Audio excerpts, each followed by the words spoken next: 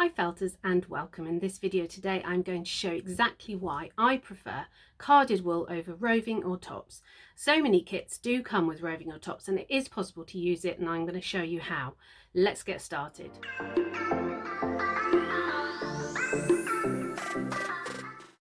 Let's have a look at some different types of wool. This is carded wool.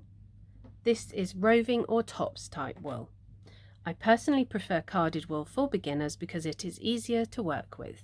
If you look up close, carded wool is mixed in all different directions.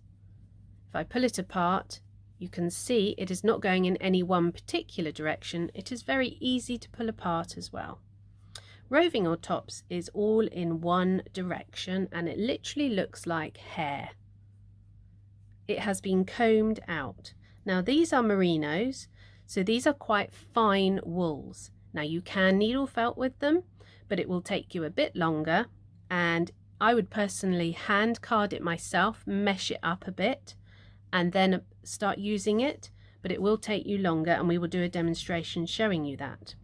Now these are very fine wool fibers. They are about 20 to 25 microns, whereas these tops are much coarser. They're about 30 to 35, and this is a Herdwick, this is a Finnish, I'm not sure, I think it's a Dorset horn, but they are still combed in one direction and still classed as roving or tops, but they will be easier to felt with, most definitely, and you might want to mix them up a little bit yourself first, but you can still felt with those really well.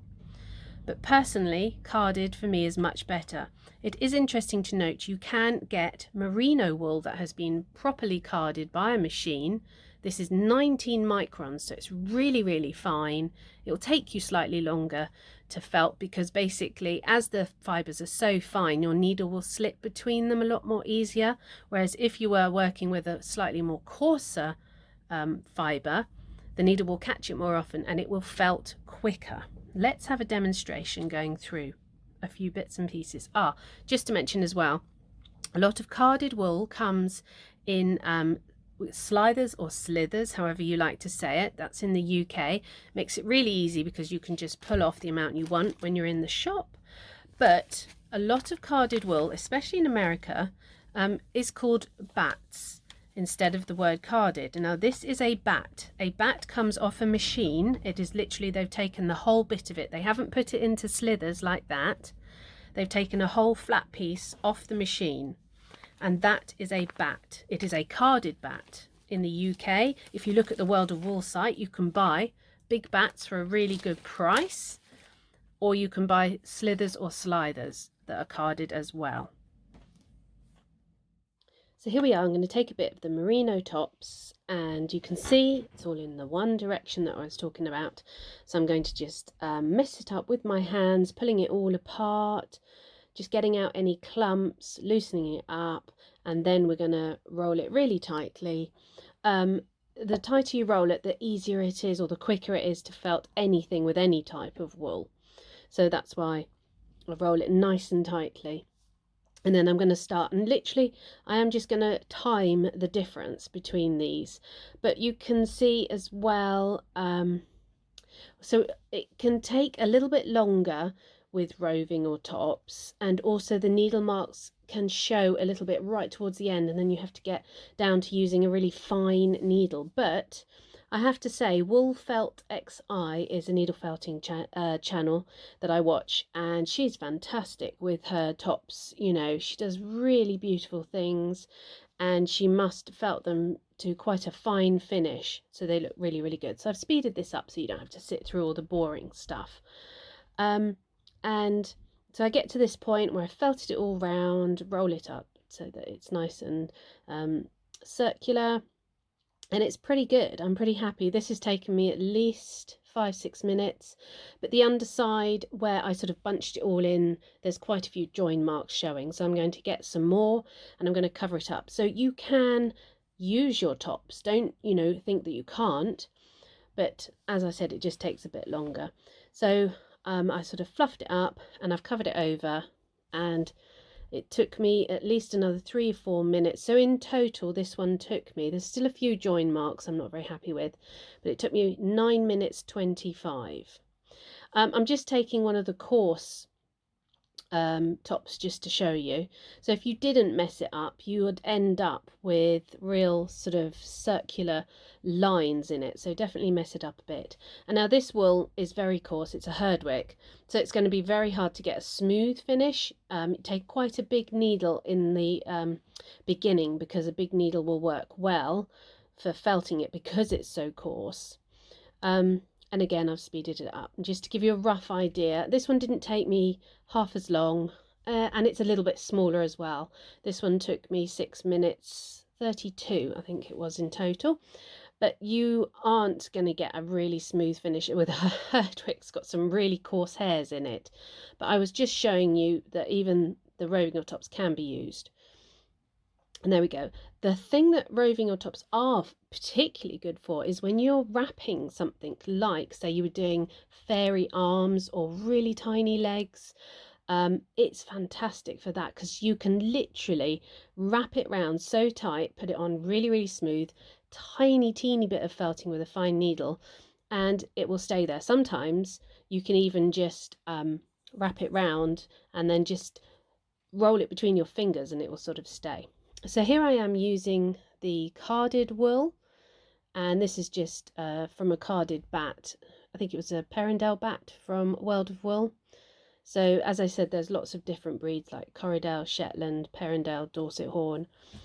So that's World of Wool UK site. I have had a little look, like Living Felt. They have carded they have bats, they call them, and even they have a short merino as well that is carded too. But you really have to look at the picture. See, I haven't been working on it that long. I'm still going to cover the back of it, and I realised I ran out of that colour, so I covered it in a different one, a slightly lighter one, and then in the end I just covered the whole thing. And so I went over all the way over with it. So even with adding a whole new layer, this one in total took me 5 minutes 42. So it was a lot quicker, and you can see in a minute the finish yourself.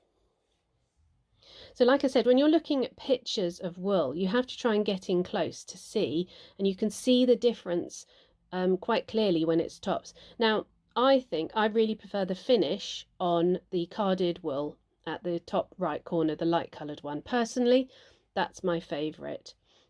You could carry on with the merino and get that even better. Now, when you're adding things like ears or legs, always leave a bit fluffy at the end. I've got loads of tutorials on this, but it just merges so well. Now, don't be freaked out. I am doing a hand for it's my Patreon. We're doing a challenge. So I'm modelling it off my own hand. But just to show you, I've added the thumb onto the palm. I've got loads of work to do on it. But when I'm adding bits on, you can just take a fine layer. See, that's all still showing, and I need to smooth it all down. But you take such a nice fine layer of the carded wool, and it just merges things so well. So I really, really like it. So you just loosen it off over the edges. So this is how you take a little tiny bit, and nice and fluffy. Sorry, there was a bit of matter in it, just had to take that out, but that's nice and easy. However, with the tops, what you can do, see, sometimes when I first started I had loads of join marks because I just didn't mess it up, and it literally, you end up with marks like that. So it's quite good if you have a tiny piece, is you can literally break it and make it smaller, and that makes it a lot easier to sort of mesh up in your hand and then use it, and then that would sort of merge and go on quite well. So I use carded for a lot of my horses, but I use tops for the mane and not tail on this one, but for the mane, works really, really well. And then these are the tops that I use for the hair, so you can get some nice, that was a really coarse wool, and then it's all carded for the ears, and it helps with the merging of the colours. And then I use a lot of tops for top coats for my Highland cows and all of these guys here. But these are the carded wools that I've used. I use them so much, and they really are, it's up to you to try it out and to see what you think. But I use it for all my horses, and I really, really love it.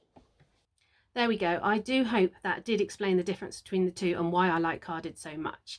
If you want to learn a little bit more about other wool types, there's a video here, just click on it and I will meet you over there.